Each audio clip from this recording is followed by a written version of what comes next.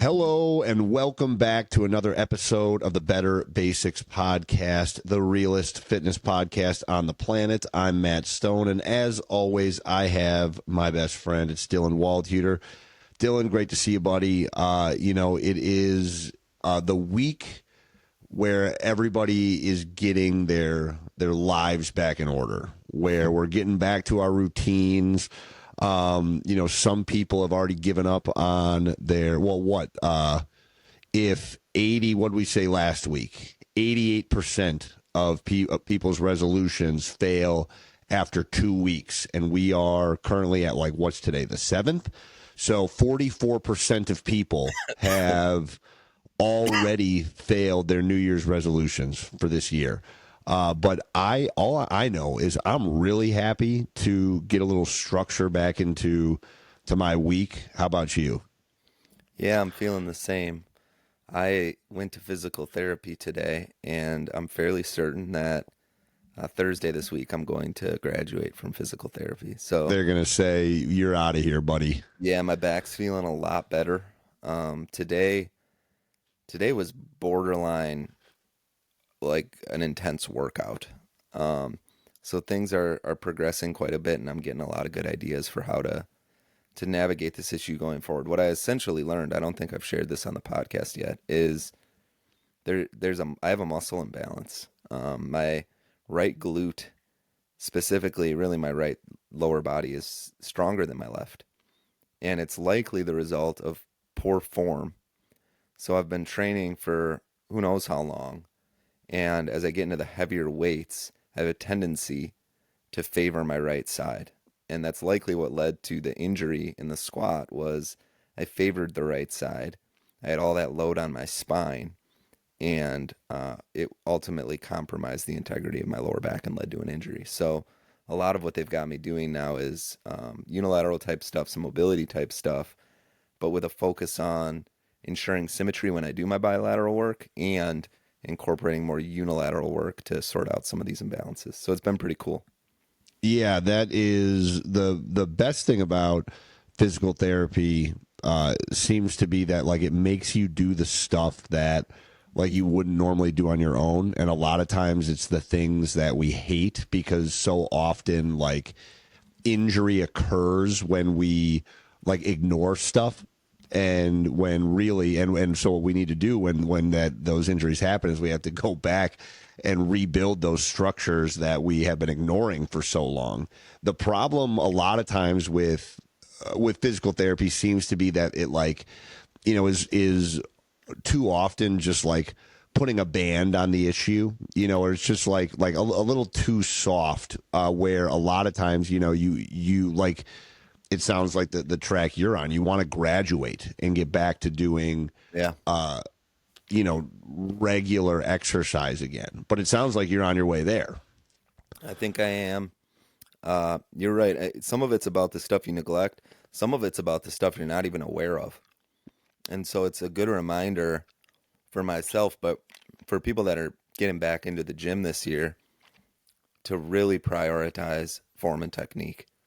Not necessarily because it's going to help you build muscle better, which it may, but really because as you get stronger, if you continue to progress in a poor movement pattern, that risk of injury exacerbates quickly.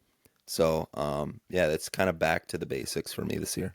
Yeah, it's interesting. I just had another conversation with a friend, a guy around town at the Y yesterday, where, and it seems to be happening a lot now. Obviously, people know now that this is what I do, and of course, people love to, to talk to you about what they're familiar with, and everybody has a fitness story. But it seems so often the majority of conversations that I'm having with guys our age, usually a little bit older in their 40s and even, 50s, 60s, is the conversation just comes back to wanting to get healthy. They start to understand that, I don't care about how much I'm lifting. It's always a pain point. I'm in pain.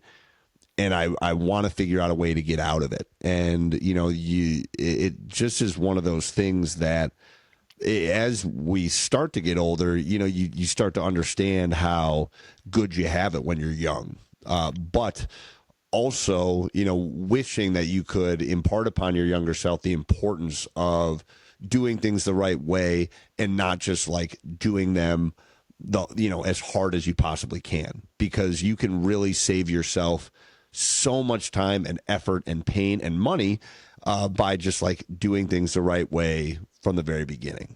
Yeah, my sense is most people get into strength training because they want to look better, they want to lose weight, or they want to get ripped.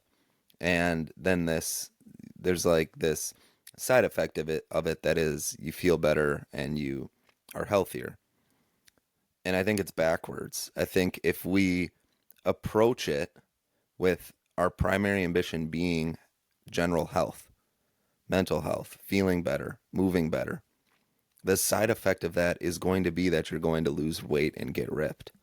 And so I'm really trying to flip that on its head, and that's become more apparent to me over the years. So that's kind of where my focus is now. PT's been really fun because the physical therapists are obsessed with me because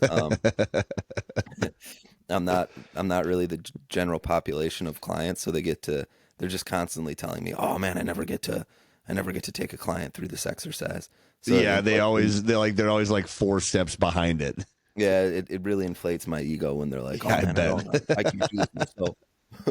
So that's been We've kind of never fun. seen a client like you here. Yeah, Which, like, is that a compliment? I don't. I don't know, man. Yeah, for sure. So I didn't do anything as exciting as physical therapy this week, but I did. I took Archer down to Wrigley on Saturday for some ice hockey at Wrigley Oh, Field. They wow. had the Wisconsin Badgers played. The women had a game. They played Ohio State, and then the men played Michigan State, and it was an experience. Cold as hell. So cold. We made it through 4 periods of hockey, the last 2 periods of the women's game, and overtime, and then the first 2 periods of the men's game. But like we were all just like icicles by That's rough. the time. But I had never been to Wrigley Field before. It's the coolest stadium in the world. It's really cool, man. I've never been. Yeah, Oh, never dude, been. like it's epic. I mean, like it is. You can tell the folks at Wrigley Field have you can have the same appreciation for what they have there. Same as the people at Lambeau. It is just like such a well taken care of place. We're gonna go back for a baseball game. It's gonna be sweet. Sweet man. Yeah. So let's transition to our hot topic for the day, which we might as well just rename the Menno Henselman's hot topic of the week, because we have yet again another study from our guy over there. Dylan, why don't you introduce this one? This is kind of a fun one. Yeah, this dude rocks. If you're not following Mental Henselmans, you should be. Um, just really articulate and practical kind of takeaways from what would otherwise be relatively confusing studies in health and fitness. And this is a fun one that I saw the other day and wanted to talk about because I do think in this one he's maybe drawing some conclusions that are a bit of a stretch out of a study, but I think the underlying message is important and true. So he's titled it here, Here's Why Not Having Time to Exercise is Demonstrably Irrational. I love that. Demonstrably irrational. Yeah, and he goes on to talk about why, how not having time is really probably the most common excuse for why people don't exercise more. Um, which makes sense on the surface, but his statement here is that it's just never objectively true, and goes into a bit about why time is, it's a matter of priority, and prioritizing exercise is actually the most important thing we can do because it extends our lifespan.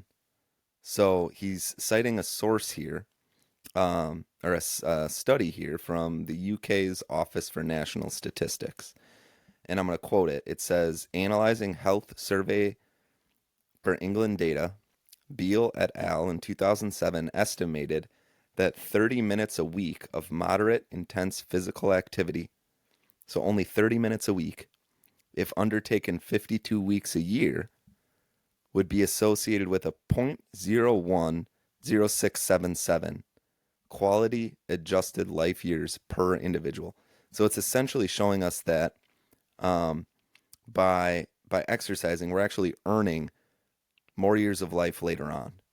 And so he makes the conclusion here, which I think is really interesting, that based on those numbers, if you extrapolate the 30 minutes a week for 52 weeks a year, it essentially is saying that for every hour you exercise, you gain back 3.6 hours of life, at least for the first few hours you work out per week. So it's like a 260% return on life investment. Yeah, so it's like the best thing that you could be doing. So if you work out, you may never die is essentially what this is saying. No, that's not what it's saying. What it is saying though is that if you are looking for just another reason to prioritize this stuff, like, and again, like it's not even doesn't even take that much. If you the study was based on 30 minutes of moderate intense physical activity a A week, week. right? That's a Yeah. week. Okay, A so week.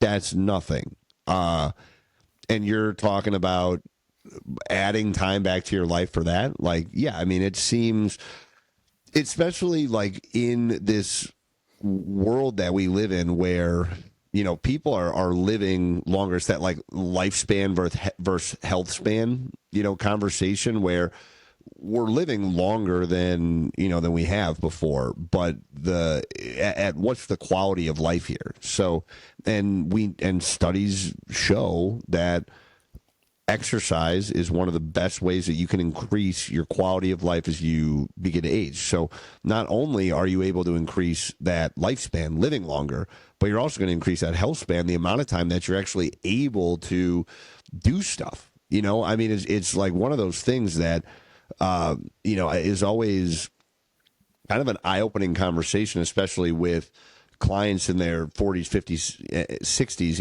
You ask them, hey, when was the last time that you ran? And a lot of times people, they go for runs or, know the last time they went for a run. And you say, okay, well, when was the last time that you jumped? Hmm. And, you kind of see this like look on their face. They're like, well, I don't know. I don't Hmm. know when the last time I jumped was. And now all of a sudden, you have people, they're afraid. What are they afraid of doing? They're afraid of jumping. They get, little precarious as they're, going up and down stairs because they're not used to, they're not putting their bodies in those situations that make them more and more comfortable or that make them uncomfortable to get more comfortable doing those things. So it's just like, man, it just seems like even more motivation to get your ass moving. But I suppose that's what we're doing here. We are trying to spread the message to the common folk that this stuff's important. Yeah, this is a macro level general extrapolation of data and information. So it doesn't mean that if you work out, you're definitely going to live longer.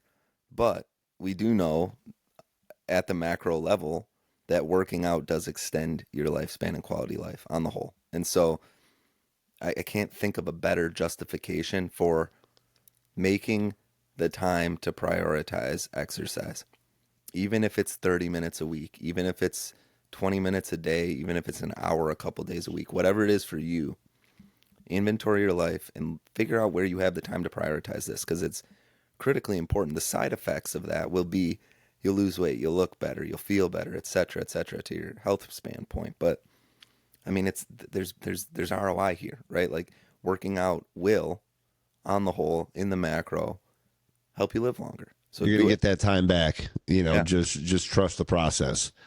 All right. let's transition to our Worth It segment. This time we've got something that is a product that I've done a lot of experimentation with, and it sounds like, Dylan, that you have done like next to no experimentation with besides, well, we'll get into it. So it's nootropics, which if you are unfamiliar with the category of nootropic, it's basically like brain drugs, like brain vitamins that are meant to help your brain function and quality.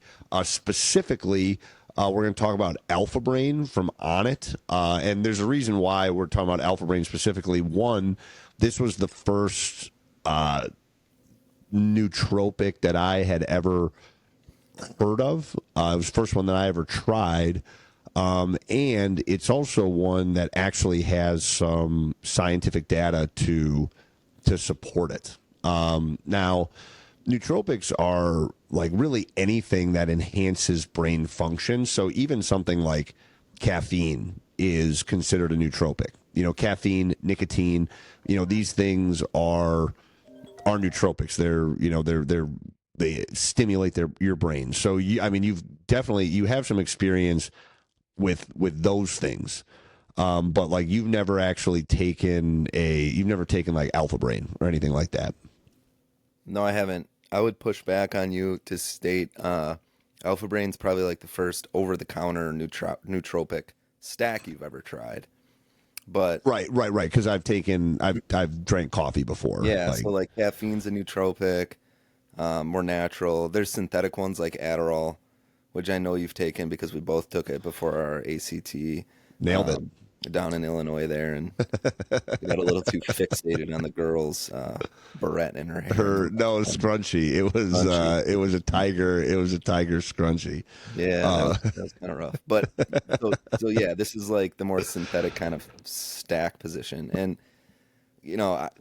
caffeine for me, which is proven to enhance focus and alertness, is really the only nootropic I need. The other one that I'll incorporate sometimes is L-theanine, which is naturally found in tea, like green tea, but also is an amino acid you can purchase in pill form.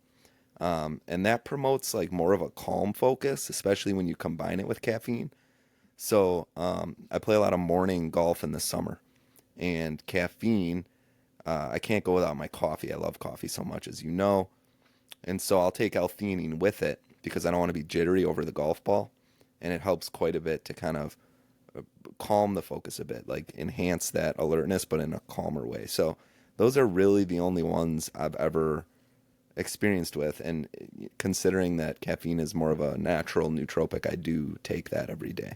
And nicotine too is the other one. And that's something that, I guess like we could have a more in-depth conversation. I know it's something that you and I both use. It's one of those things that has been, vilified over the years because of its associations with tobacco and smoking, lung cancer, cigarettes, gum cancer with, like chewing tobacco and all that stuff. But nicotine itself is not inherently bad. It is addictive. But generally the reason why it's got like a bad name, or like it's, there's a little shame on its name, is because of the products that it's generally found in. But nowadays, especially, you can find more clean nicotine sources where you can just get like the straight nicotine and use that more for its nootropic purposes. But that's another great one for focus if used properly. But Alpha Brain's interesting. It is something that, if you listen to podcasts, I'm sure you've heard an ad for it along the way. I mean, shoot, now it's even in Walmart. It's like this thing is like super popular. It's not particularly cheap. I'm looking at their website right now, and for 90 count, so that's 45 servings, you can get the auto ship for $60 or like $80 if you just want to do like the one-time purchase. So, it's over $1, almost $2 if you just do the one-time purchase per serving. I will say the reason why, and so I have Alpha Brain. It's something that I like to keep around. I actually like generally take it before podcasts. I, it's one of those things like, do I really notice? Do I notice the benefits? I don't know, but I like it. It's one of those things where I think it's doing enough in the background that it's helpful at that price. I definitely don't think it's something that most people can afford to take every day. And like you mentioned, there are other products out there, like coffee, that do similar things. I will say the one thing that I will give a shout out to for Alpha Brain is they went ahead because they were getting a lot of flack back in like 2015, I think it was, because people were calling it, like snake oil. And so they went ahead and paid for a double blind study to be done at I think it was the University of Boston. And what that study found was that it actually worked. It says the conclusion is the use of Alpha Brain for 6 weeks significantly improved recent verbal memory when compared with controls in a group of healthy adults. While the outcome of the study is encouraging, this is the first randomized controlled trial, and the results merit further study. So at the very least, they went ahead and put their money where their mouth is and got their product tested. So if you are looking for a little like pick me up with brain function, of all of the nootropics that are out there, Alpha Brain is probably the one that I would recommend. But I also think that there are probably like cheaper ways to go ahead and get that like similar brain boost. Yeah, it's neat they did that. I didn't know that. It does provide some at least better science and justification to suggest that it might work. My issue with these sorts of things on the whole, where it's like a supplement stack, is a lot of times what they're doing is they're taking these isolated component ingredients and looking at some poor study, anecdotal evidence, animal study to suggest that the component ingredient may have some impact or outcome, and then they're pilling it up into a recipe and suggesting that those outcomes are going to be realized when combined and consumed by a human being. And a lot of times that's not true. So for them to go the extra level to do this randomized control trial in humans to demonstrate that it does have some impact gives it that further justification that suggests it may be worth it. But I would just be cautious on the whole when you see things like this. Yes. That's where they can go astray. 100%. And that I think is like the greater point where when you see these there's like nootropic gums now and mints is, like a category of wellness that I'm getting spammed a lot on my feed now. And, just because, like you said, a ingredient has shown to potentially have effects, or the best one is like our ancestors used to use this, for what purpose, and to make their brains, the tip top shape, and it's like, well, okay, sure, how did they use it, in what dosage, and like where were they sourcing it from? And now we're able to just create cool marketing videos and target ads and convince people that their brains are only functioning. That's the new one now, is like the Gary Brecka video. Have you seen that, where it's like human brains are only functioning at 20% of optimization? And then it's whatever. So it's one of those things where again, if you have the money and you are looking for something that might give you a little bit of an edge, it's nice to have around. It's not something that I would recommend people spending like the kind of money that it costs to take it every day. And also, like get a good cup of coffee, and just like enjoy that portion as well. And also, what else really helps with brain function? Exercise, movement. Sleep. Sleep. Yeah, exactly. So, and that's, I think is even a greater point. It's like, this is another like big rock for small rock conversation. Like a nootropic is such a small rock Yeah. where if everything else is dialed in, go for it. Otherwise, let's focus on the important things. So, as far as nootropics and specifically Alpha Brain goes, worth it? Maybe. Okay, let's get into the meat and potatoes of the episode here. Today, we are talking about the roadmap, or we are going to give you the roadmap to build your own workout program. So at the end of this episode, you will have the ability to write your own basic workout program that is guaranteed to help you build muscle and have that body recomposition that we're all looking for.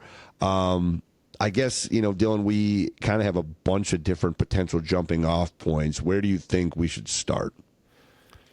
I think we start at a high level. So there's a few pieces of this that I think are important to introduce and kind of define and discuss to put all of this into context. So, again, this is a roadmap. This is very high level. This is for anybody that's getting back into the gym, new to the gym, or maybe even a little bit more advanced but wants to experiment a bit with their own programming. And so, a good workout program is going to be made up of a few different parts. There will certainly be the exercises focused around specific muscle groups. But I think the best place to start is with regards to the number of sets and reps that you're going to do. Mm-hmm. And I want to do that at a high level. So when we're programming, we want to be looking at an individual and programming with a mind towards figuring out how we help that person progress, how we help them to build muscle. And what the studies show, as it relates to how we prescribe that, is that the average person will require somewhere between 10 and 20 sets per muscle group per week. So I think that's a really good jumping off point. And that higher end, 20, is going to be much more advanced, much more specific to bodybuilders, professional athletes, etc. So for most people, for me even, who's been training for quite a while, we're really talking like in that 10 to 15 range. Yeah, So I think 20 even feels like unless, yeah, like you said, unless you are a really high level athlete or like really have a very focused like reason for your training, yeah, that 20 is a lot. But yeah, right. This is all based on just like what the research is saying. So anywhere in that 10 to 20 is good. And it's one of those things where it's like, listen to your body. If 10 doesn't feel like enough, add more. If 15 feels like too much, back off.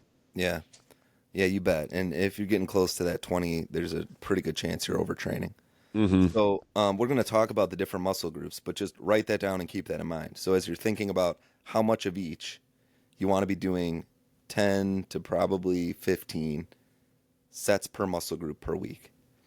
And then as you think about putting these different muscle groups together in a 2 to 4 day program, you're going to want to be looking somewhere between really 60 and probably 150 hard sets per week in total. So when you assign, 10 to 15 sets per muscle group to the different muscle groups, the total sets you should be doing in a given week is really going to fall in that 60 to probably 150 range. There is some evidence to show you can go as high as 200. Again, we're talking like steroids, professional athlete there. So I was looking through a lot of my programming. I typically fall in like the 120 sets per week range.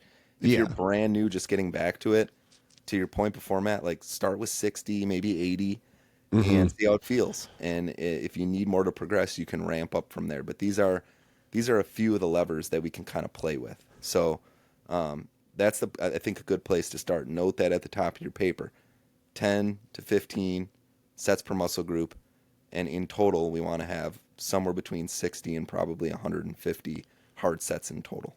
Yeah, and so like what does a hard set entail? Well, that is a set that is getting you close to failure. It does not mean that you are taking those sets right up to failure. You can, and there is definitely benefit if you are able, if you have the skill to train right up to failure. But, really when we think about like a hard set, we're thinking that's something that is really in that like 3 or less reps in reserve. When you set those weights down, it was I could have done 2 or 3 more. If you like honestly can do 2 or 3 more at the end of each set, like you're in a pretty decent spot there.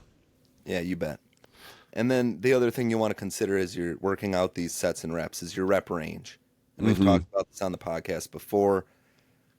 Rep range is the number of reps you're going to do in any given set. And typically we'll want to be somewhere probably for most people between 4 and 20 to build muscle. Anything over 20, you're probably getting more cardio focused. Anything under 4 is, you could do it, but it's probably more specific for power lifters and people that are really focused on and like the risk reward under 4 is so low, and like the people that we're really talking to here are, it's not even like necessarily a low training age or like beginners per se, but these are people that are looking for just like that general, like general strength and wellness. They're, regular people that want to look a little better, that want to feel a little better. They're not a psychopath that, is trying to bench 500 pounds. Right. So yeah, right. I like that. I like that 4 to 20 rep range. And I really, I think that it's important with that, it's kind of like touching upon that last point about hard sets. The range or the number of reps at the end of the day is less important than the intensity of those reps. It's that same point with the hard sets. You want to make sure that you're getting within a couple reps of failure, because it doesn't matter if you do 20 reps and you could have done 20 more, then the intensity is probably not there. If you did 5, you're going to get more out of doing 8 and only being able to do 1 or 2 more at 8 than you are out of doing 20 and being able to do 10 more. So that's an important thing when we think about the number of reps. That number is all fine and good, but we're really interested in the intensity behind those reps.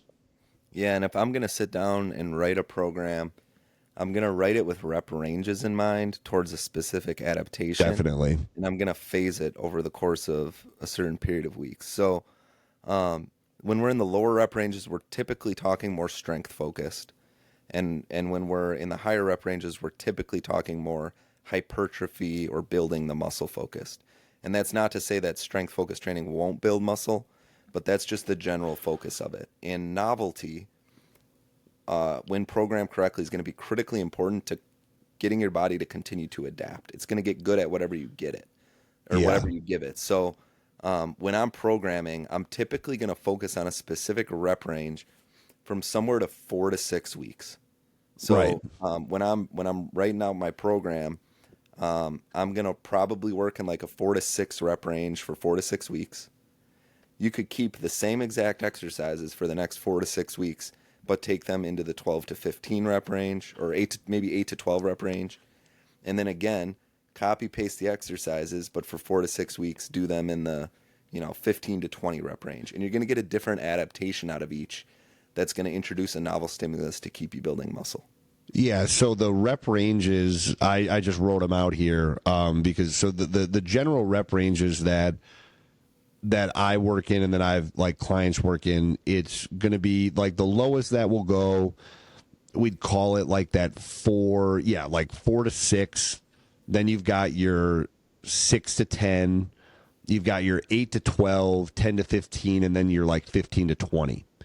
And within each of those rep ranges, you've got your goal. Like you said, that lower 4 to 6 or even like 4 to 8 rep range, we're thinking more building strength, maximal strength, even into like that 6 to 10. But anywhere, once we start to hit that like 8 reps, 8 to 12, that really becomes your sweet spot for muscular hypertrophy. For we would describe as the building muscle. Did you just hear? Are you hearing my Roomba going off No. in the? Oh, good. Okay, so that's me. But yeah, my Roomba just told me that it is on low battery or that it like swallowed a shoelace or something. Anyways, sorry to interrupt people. Once we get above that 12 into like that 15 to 20 is when we think more about muscular endurance. And but the thing is, you don't want to become obsessed with those rep ranges, because what happens a lot of times is, a lot of guys tend to think, that, oh, well, all I'm after is physique. I want to look good. So they're just going to live in this, like 8 to 12 rep range. The best thing that you can do is exactly what you were talking about, where, you want to be phasing, constantly circulating through these rep ranges to make sure that you're touching all of them. And that's going to keep you constantly progressing. Yeah, and not every day or every week, right? So like Oh, a right. phase. Like you Yeah. said, 4 weeks, like Yeah. three to 6 weeks is probably, like 3 weeks is probably the minimum amount of time that you want to give a particular block of training. Yeah, you bet. The next thing I'm asking myself is, am I going to do this full body or am I going to do some sort of upper lower or push pull leg split? I think you and I both agree for most people, full body is going to be better. If you're a person who's been training full body for a while, you might look to a split as a way to introduce a new adaptation, some novelty. But for most people, because of the challenges with consistency, ensuring that you're at least going to hit every muscle group once a week is really critically important and a good way to give your body enough frequency throughout the week as well. So instead of just hitting your chest once a week, if you're doing full body, you're going to hit it somewhere between 2 to 4 days a week by structuring the program in a full body way. Yeah, I think the question to ask yourself when deciding between a full body or like split training is, do I struggle with consistency? If the answer is yes, then like look no further. Then the only answer is full body. If you can consistently go to the gym, well, what? Like if you're doing a split, like, because one of the most basic splits, push pull legs, is a 3-day split. So if you are unable to Three, go to maybe the, six. Yeah, well, but 3 to 6, right? too But much three more. minimum, right? Right. 3 minimum. But a lot of, you're right. Most people are breaking that up into 5 to 6 days. That Hmm. push pull leg split. So if you struggle with getting to the gym consistently, and on your worst week you're getting to the gym 1, maybe 2 days, then yeah, like it's not even a question. Go with the full body, because that way you're not going to avoid legs, because that's how it always works. You can't make the days that you hate the most, and then you end up skipping them. And that's how you end up like being an imbalanced freak, and you got to go to physical therapy.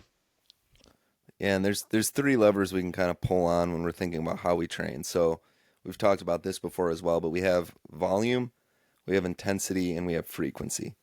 And if you're turning one up, you kind of have to turn the others down.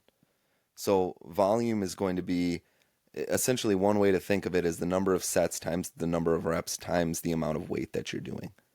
And that's going to give you your total volume for any given exercise. And the ambition is really to progress that over time, right? By either adding a rep, by adding a little bit more weight. That's how you're going to build muscle in the gym. The more volume you have, the less intensity you're probably going to want to have. And intensity is sort of referring to how close you train to failure and the amount of load that you're working with. So if you're gonna do more intensity, if you're gonna lift heavier weight, you're gonna lift closer to failure. You want to bring that volume down some. And then the third piece is frequency, which is essentially how many times am I going to hit each muscle group per week. Another reason I really like full body is there's some evidence to suggest that frequency is important, and full body workouts just naturally give you frequency. Because if you're going to do a full body workout 3 days a week, you're going to hit your chest 3 days a week, and with a little less volume in any given day. But if you're doing a split, you're going to hit it once a week. You're going to have to give it a fair amount of volume or intensity because you're not going to hit it again for another week later or for a few days later. So keep those things in mind as you're sort of structuring out the program as well. Yeah, and the reason for that, like that's a really good point. A good feather in the cap of the full body training, and I'm going to do my best to explain, why that is. And so basically, what happens is when you hit let's just say your chest on Monday, that's going to send a signal. So afterwards, you build muscle when you recover, and so you're resting, and your body sends that signal to the brain back down to the body. Okay, we work the chest. We want to get the chest stronger. We need to build muscle in the chest. And research seems to suggest that muscle building signal stays elevated in that muscle group that you just worked for. I think it's like some people suggest up to 48 hours. And so what happens is if you train that full body, so you rest a day and then you're back in the gym, 2 or 3 days later, and you hit chest again, you are continuing to keep that muscle building signal elevated in your body instead of having these big spikes, peaks, and valleys. So it's just a more consistent way to make that muscle building engine in your body more efficient. So let's talk about the different muscle groups. So we want to, again, this is at the top of your page as you're mapping this out. We're going to give 10 to 12 sets per muscle group, and we're going to be aiming somewhere between 60 and 150 total sets in our given week. So if I'm a beginner in the gym or I'm just returning to the gym, there's really probably like 4 key muscle groups that I'm going to be focused on to get started. And these are high-level muscle groups, so there's certainly going to be some stabilizing muscles, some auxiliary muscles that are going to get worked in here as well. But if I'm building my program, I'm just getting back into the gym. Even when I work out now, this is sort of how I have my structure. Is I'm going to focus on chest, my shoulders, which has some crossover with the chest, which we'll talk about, my back, and my legs, which are primarily going to be made up of the quads, the hamstrings, and the glutes. And so what I'm going to start to do is assign a certain number of sets to each muscle group with an aim to have the total number of sets over that given week fall within that 60 to 150 total sets. And I think you wanted to hit a little bit on how those different muscle groups, while that's the focus for kind of programming and the evidence around how much we give to them, can be maybe better organized or also thought of through the lens of different movement patterns. Yeah, right. I mean, so you have these muscle groups, which is great. You've got your chest, shoulders, back, and legs. But now, how do you frame that into, how do you go ahead? You've got this structure. How do you go ahead and choose the exercises? How do you make good exercise selection? And so now you've got your movement categories, and that is the lunge, the squat, the hinge, the push, the pull, and the carry. And if you are doing those different moves, if you are lunging on a weekly basis, squatting, hinging, pushing, pulling, and carrying on a weekly basis, that's your bottom dollar that you are going to be like in pretty decent physical shape. So what you want to do is just take a look at your movement categories, and you say, well, I know I need to get my 10 sets of chest and shoulders in this week. So what I could do is, just do 10 sets of dumbbell chest press broken up over the 3 days that I'm training, or, the 2 days that I'm training, whatever your frequency is. Or in order to add a little bit of variety and to, change up, increase that novel stimulus in there, you have one horizontal pushing movement, like a chest press. And then you have one, a vertical pushing movement, like shoulder press, an Arnold press, even like an incline press is kind of like a little bit of both, overhead press. And then you do the same thing with the pulls, where you've got your horizontal pulls like a bench row, or some sort of supported row, and then you've got your vertical pulls like your lat pull downs and your pull ups. And from there, if you are breaking down these sets per muscle group into these movement categories and just making sure that you are touching all of them, not only are you going to be building muscle, but you're going to be doing it in a pretty balanced way. Yeah, you bet. So when I think about the chest, um, there's really kind of four key exercise or movement patterns that I'm going to try to program in. Mm-hmm. We're going to do some sort of flat press, to your point, a horizontal press. So that could be like a bench press, a dumbbell press on a bench, some sort of incline press variation, some sort of fly, and then I've talked about before that I'm a huge fan of a dip. Um, and so if you're aiming for, let's say, 12 sets for that muscle group, 3 sets of a flat press, 3 sets of an incline press, 3 sets of a fly, and 3 sets of a dip. You've hit your chest for 12 sets in that given week, and then you can decide how to split that up. It could be, 3 sets of flat press, 3 sets of incline press on day one, 3 sets of fly, 3 sets of dip on day two. You could structure it differently. You could do 3 sets of flat press and 3 sets of incline press day one. You could do 3 sets of flat press and 3 sets of incline press again on day two. You can kind of play around with this now, but this is the roadmap, right? Then we kind of get into the shoulders a bit, and a point you made earlier, which is important, is there's some crossover here. So those that flat press and that incline press especially are going to work the shoulders as well. So Well, you can kind and of dips too. I mean, dips too. especially. I would Yeah, say, I would say of those. I mean, you could make the argument that technically, if you did all of those, your shoulders are pretty, like, at least the fronts of the shoulders, the anterior deltoids, are at least like pretty well covered. But if we wanted to like categorize it even more, you could be a little nitpicky and say, okay, well, let's call them more, stabilizers in the flat press, but in the incline press, they're definitely a secondary mover. And then I would say in dips, they're, kind of like crossover that stabilizer to secondary mover, but you've got at least 4 sets of shoulders done there, and realistically, you could probably count it as eight, or even if you wanted. Or I don't know, yeah, you what did bet. you say, 3 sets? So I mean, maybe like six. If you're doing 3 sets of each exercise, then you've got like 6 to 9 sets already of direct shoulders. You bet. Yeah. So then you can start to think about the shoulders, considering that you've probably hit them a little bit already. So maybe you don't need to designate 12 sets specifically to the shoulders. But with the shoulders, I like to think about some sort of horizontal press, to your point, a shoulder press, Vertical press. vertical press, either Hmm. seated or standing. Um, some sort of lateral raise, and maybe some sort of upright row, which starts to get into the back a bit too. So there's certainly some crossover in all this that you can kind of play around with a little bit.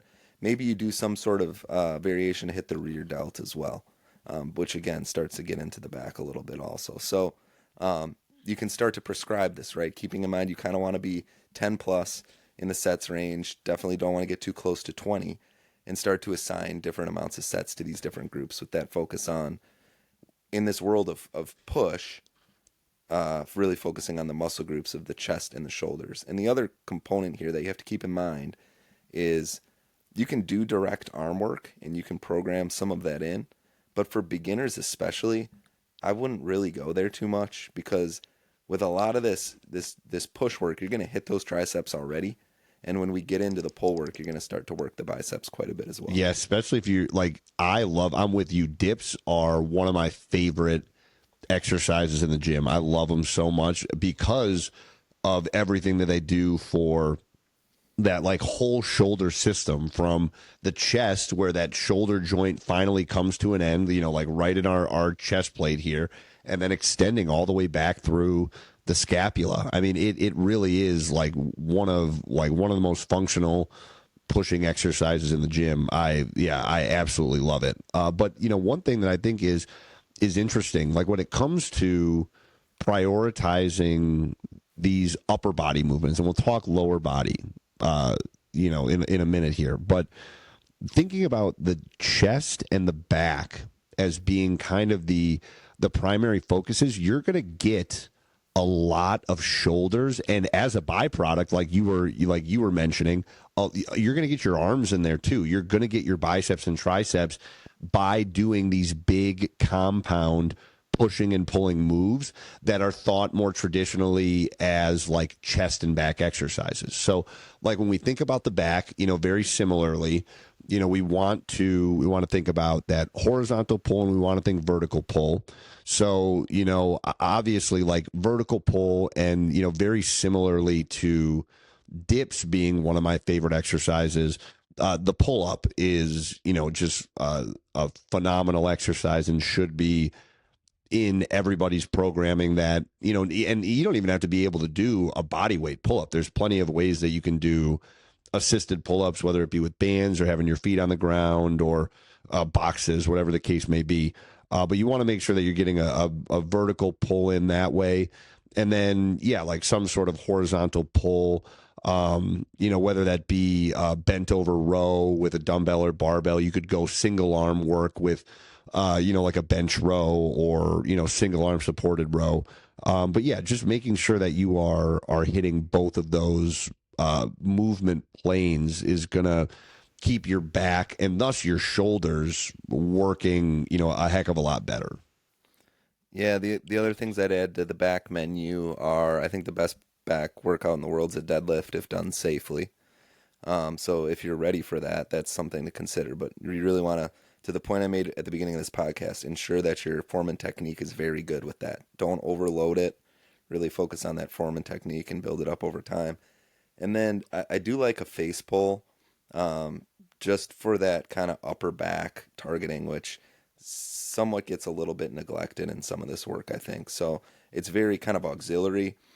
It would be more for if you're really trying to kind of aesthetically build out that back, you might throw something like that in there. But again, you get to choose based on what you prioritize. So we're sort of giving you a menu of different options in here. And I do like the point you made about the shoulders. I'm really only programming in direct shoulder work if it's very auxiliary and targeted at like maybe smaller shoulder muscles like a lateral raise, or if Oh, I want lateral to, raises are the best. Like lateral yeah, raises are such a good exercise. That would be something that I would just, when writing a program, I'm just gonna put lateral raises in there for the yeah, majority of people. It's a right, good exercise. It's a functional exercise, and it hits when done properly. If you come out at more of like a 45-degree angle instead of straight out to the side, you're gonna get a lot of mid delt recruitment in that movement, which is good because you're getting a lot of front delt in those pressing moves. So I yeah, mean, you bet. yeah, I think that the lateral raise is one of the few like direct shoulder exercises that I'll go with. Besides, obviously, like those vertical pushing movements. But did you say that you liked like face pulls for more of that, just like aesthetic, like building that upper back? Is that what you were saying? Yeah, Not okay. So I'm with you there. And first off, I think like I've said this on the podcast before, but like if you're looking for somebody who exercises, like looking at their back is yeah. one of the easiest ways to see if somebody is in the gym or not.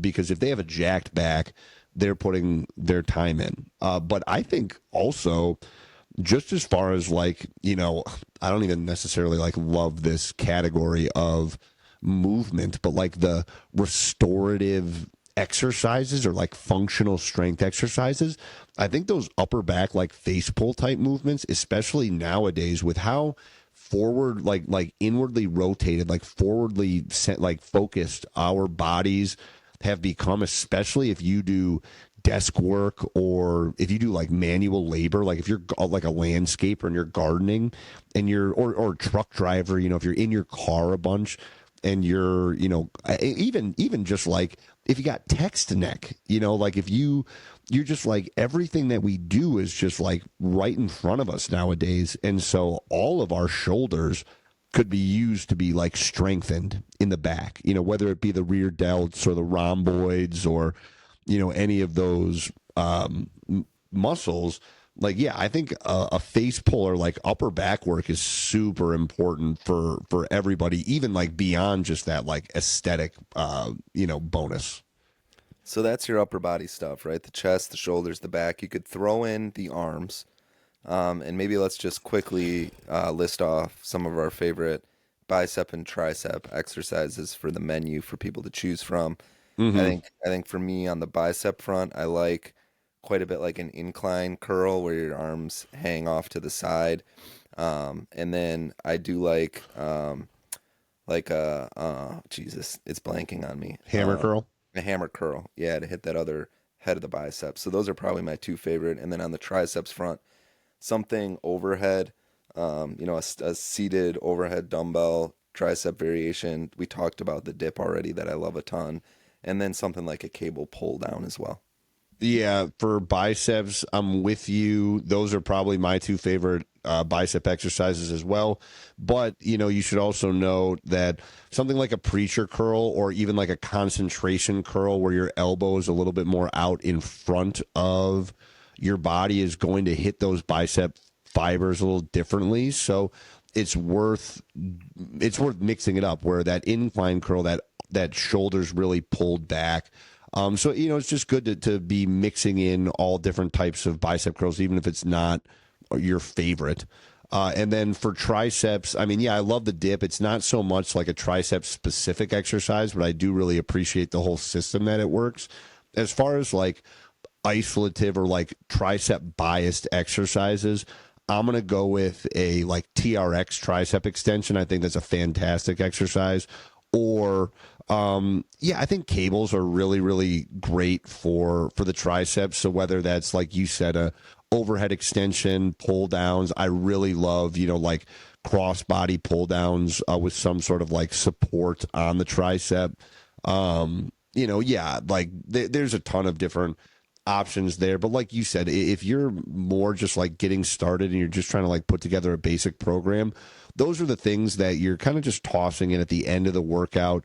As your kind of like fun focus exercises. But like if arm growth is something that you are interested in, like if arm, growing your arms is something that you are most interested in, there's nothing wrong with doing exercises like that at the beginning of your workout. More often the beginning of the workout is for bigger moves, your lower body movements, your big upper body, your compound movements, because you want to be able to do those movements as safely as possible when you're as fresh as possible. But if your number one goal in the gym is to grow your biceps, I would suggest starting with your biceps, but I would also make an argument that shouldn't be really anybody's primary goal, and that should be more like secondary, if not tertiary. Yeah, and with any of these things you want to prioritize, you can give more volume or frequency or intensity or number of sets to them to focus on them. If you're going to do that, just be sure to scale back elsewhere. So Right. within that context of 60 to 150 sets, listen to your body, figure out what works, ensure you're giving yourself enough rest, and see how you progress. Let's quickly talk about legs, and then we can kind of close with just some of this other stuff that could be thrown in there. The legs is pretty straightforward for me. With legs, we're talking quads, hamstrings, and glutes, maybe calves to some degree too. We'll get hit with some of these more compound movements, but could be trained in isolation as well. And for me, it goes back to those movement patterns you mentioned. It's a squat, it's a lunge, and it's a hinge. So with the squat, it could be anything from a squat, front squat to a barbell back squat to a goblet squat to a you name it. On the lunge front, it could be a traditional lunge, could be a reverse lunge, could be a walking lunge, could be a Bulgarian split squat, could be a traditional split squat. A million different ways you can take that, but that's going to give you more of that unilateral pattern that you talked about. And then for the hinge, we're talking maybe it's single leg Romanian deadlift, maybe it's a Romanian deadlift with dumbbells or barbells, maybe it's a deadlift. So there's a lot you can kind of play with in here. But again, play with that kind of 10 to 20 sets per week range and see how you feel and figure out how to scale it or leverage it differently to help you progress. Yeah, I think that most people would benefit from focusing on lunge work and hinge work. There's nothing wrong with squatting. And when we think about building like big, strong legs, like, yeah, if like heavy squatting is like going to be one of the best exercises for building big, strong legs. But I also think that it's one of those things that people really like rush to, and it's a skill that requires practice. And the beautiful thing about lunges specifically is, walking lunges and Bulgarian split squats, rear foot elevated split squats being my two favorites out of those. They hit all of those spots that you talked about: quads, glutes, hammies, even calves to a degree.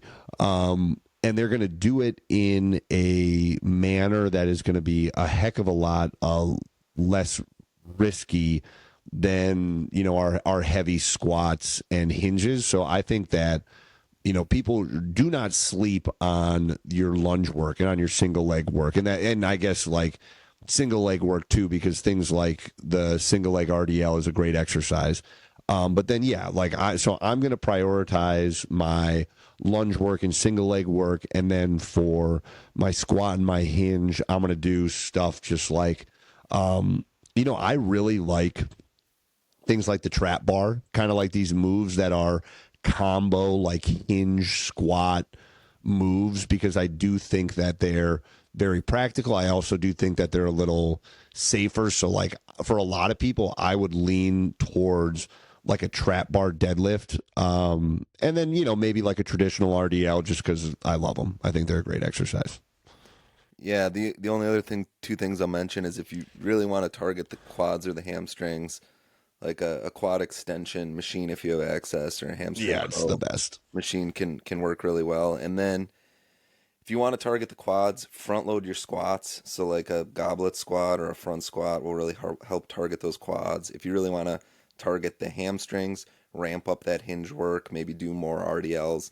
And if you really want to target the glutes, you could look to doing some bridge variations or thrust work as well. Yeah, hip thrusts are one of those. They get called like lady exercises. And I'll tell you what, like I've seen some badass women do some real heavy hip thrusting. It is, yeah, I mean, like it's no joke. Like heavy hip thrust, but you can even do, you can make it a more, like skilled move. You can do single leg hip thrusts. Yeah, there's a ton of good stuff if you want to bias your glutes. So I'm just going to list off some other stuff. You jump in where you see fit, but I think these can kind of just be thrown out there and added to the menu for people. So you could specifically train the core. A lot of the compound work is going to hit the core pretty well. When we're talking about the core, we're talking the abdominals, but we're also talking the obliques and even the lower back to some degree. So planks, hanging leg raises, cable crunches for the abs, for the obliques, side planks, Russian twists, for the lower back, back extensions, bird dogs, those sorts of things you can play around with. Yeah, I would recommend that people, and not necessarily on their like primary training days, but I would recommend that the majority of people do some direct core work. And I would look at it from a couple different perspectives. I would look at it really, it's horizontal. It's like, I guess, how do I want to, it's sagittal plane. So front and back, there's three planes of movement, sagittal plane being forward and backwards. So sagittal plane, flexion and extension. So that's going to be like your crunch type work, whether that be hanging leg raise, like you said, or some sort of curl up variation, sit up variations.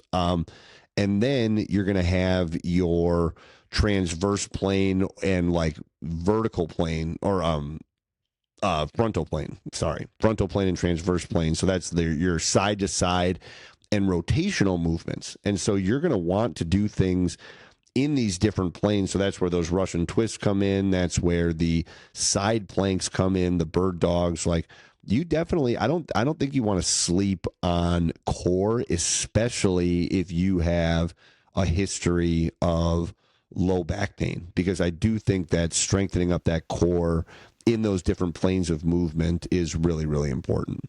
Yeah, I train core now more for maintenance than progression.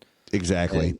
I think of it almost more as mobility than like strength training. I think that's a great way to look at it, where it's not necessarily something where I need to be able to do more weighted sit-ups, but I'm going to do my basic core work to just check in with my core and make sure that it is in a good state to do the primary work, the big compound movements.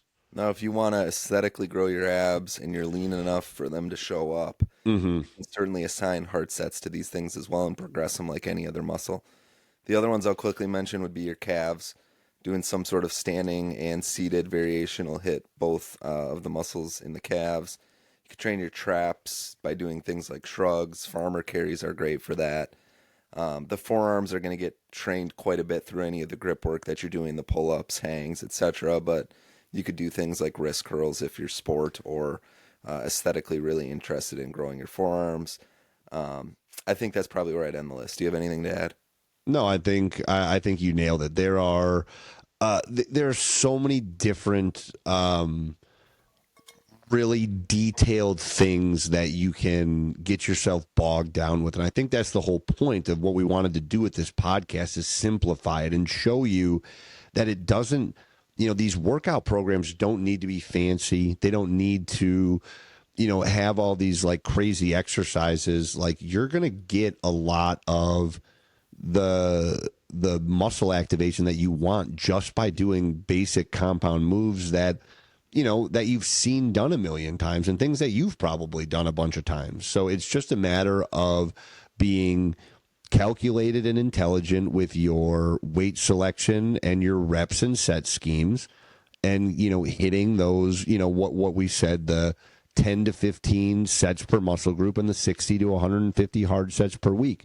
And if you do that in these movement categories that we talked about, yeah, you're probably not going to have to do a ton of direct trap work or core work or arm work or whatever. But that doesn't mean that you can't if that's right, what you want your focus to be on. But like you said, then you got to start to twist all the levers to make sure that you're not overdoing it, because that's the biggest thing when you just keep adding things to a workout program is eventually that intensity bucket is going to overflow and that's going to lead to injury.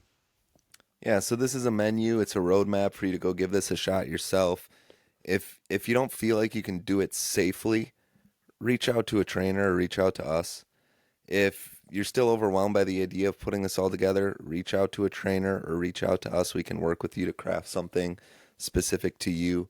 But it can be fun to sit down and have a go at this and give it a try and play around with it in the gym and see how you progress. And, if you can do all these exercises safely with the information we just gave you, most people can and will build muscle on their own without investing a dollar. So while we certainly would advocate for coaching and training, we recognize that it's not feasible for everyone and want to give people the information and the skills they need to get after it to start the year. So if you've got questions or anything, reach out to us and we're happy to help as well.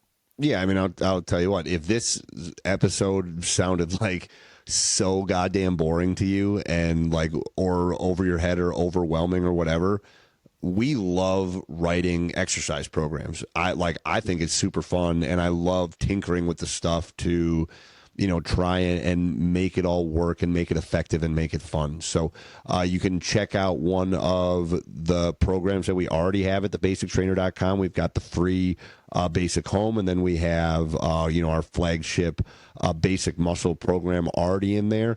But we are also looking for a few more of our virtual coaching clients. So if you are interested in filling out a couple of the spots that we have left, reach out to either Matt or Dylan, Dylan, at thebasictrainer.com, or reach out via Instagram at thebasictrainer or Better Basics Podcast. We would love to help you. We love this stuff. We want to keep sharing it with people. Let's anything else, or are we ready to move on to the Q&A? It's our longest episode ever. Dude, this is good. This is fine. There are definitely people still listening to this. All right, Q&A, real quick. It is something that I was asked by a client of mine the other day. It was, how do you program mobility into your day / training? Do you want to answer first? Yeah, I'll answer quickly. I think the best way you could make an investment in personal training this year would be to pay for one session to have a personal trainer take you through a mobility assessment to identify where you have gaps in mobility, or challenges with how you move. And then have that person at the conclusion of that write you out a few different exercises you can do to address those mobility limitations. And then the way that I would use that is I would just do it as frequently as I'm able. I would look at it as like workout snacks. And I would, whenever I had the time, right away in the morning, and a break at lunch, before I go to bed, when I'm watching TV, I'd take whatever they prescribed and I would do it as frequently as I can. Mobility is a function of frequency. So the more you do it, you can't do too much of it, and the more you do it, the more mobile you're going to get. So that would be my approach. That's what I've essentially done is I know where I have my mobility limitations, and I try to frequently work my way through ranges of motion to address them on a regular basis. Yeah, I mean, I love that. I think that's really good advice. Mine, and I've got my mobility practices, like I know that I want to try and do couch stretch for, 2 minutes on each side every other day. I've got my basic like mobility things that I shoot for. I've got my real quick morning mobility routine that I do. I don't know, should do it every day, do it a couple times a week. But really, like the best thing that I do and have the change that I've made for my mobility in the last handful of years is what I'm doing right now. It's floor sitting. If you want to make, if you don't want to take Dylan's fantastic advice and see a professional about this stuff, just start sitting on the floor instead of sitting on your couch at the end of the day. And it doesn't need to be for an hour, just start with 5 minutes. And you don't need to stay in one place. It's not, a meditation practice. You should be fidgeting around. That's the whole point. You are finding spots that are uncomfortable. You're using your core. You are stretching out muscles that are, not often stretched out. So the best thing that I could recommend people do is aim to build that floor sitting practice up to about 20 minutes a day. If you can do that regularly, I promise a lot of your mobility issues are going to go away. And then obviously, if you want to be able to do something cool like the full splits or something, then you're going to want to find, a mobility program or coach that can help you with that. All right, let's bring it home with the greatest segment in podcast history. It is the I Lift a Sad Song of the week. Dylan, it is your song this week. What do you got? I'm going outside the traditional genre here, and I'm going to submit Turtles All the Way Down by Sturgill Simpson. Love that song. Great song. Sad? Yeah, I think it's kind of sad.